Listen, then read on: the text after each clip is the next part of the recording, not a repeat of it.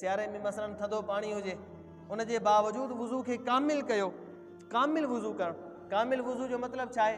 कामिल वुज़ू चइबो आहे तव्हां थधि जे करे पानी जिस्म ते न लॻाए सघो उन जे बावजूद भी जिस्म के 3 दफ़ा धो, इहो कामिल वुज़ू आहे।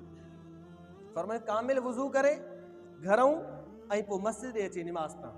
जॾहिं फरमाए वुज़ू कंदो आहे जॾहिं पंहिंजे मुंहं खे धोअंदो आहे त पोइ इन जे मुंहं जे धोअण जे करे मुंहं जा गुनाह अल्लाह ताला ख़तमु कंदो।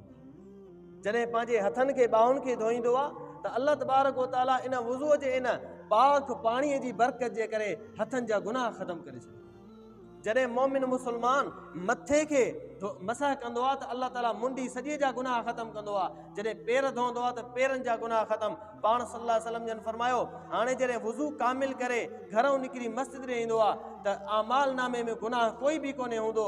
अल्लाह जी महिरबानी सां सगीरा गुनाह सभु माफ़ थी वेंदा आहिनि। हाणे अची करे निमाज़ पढ़ंदो आहे त निमाज़ पढ़ण जे करे अल्लाह तबारक व ताला सवाबनि जा ढेर ॾेई छॾींदो।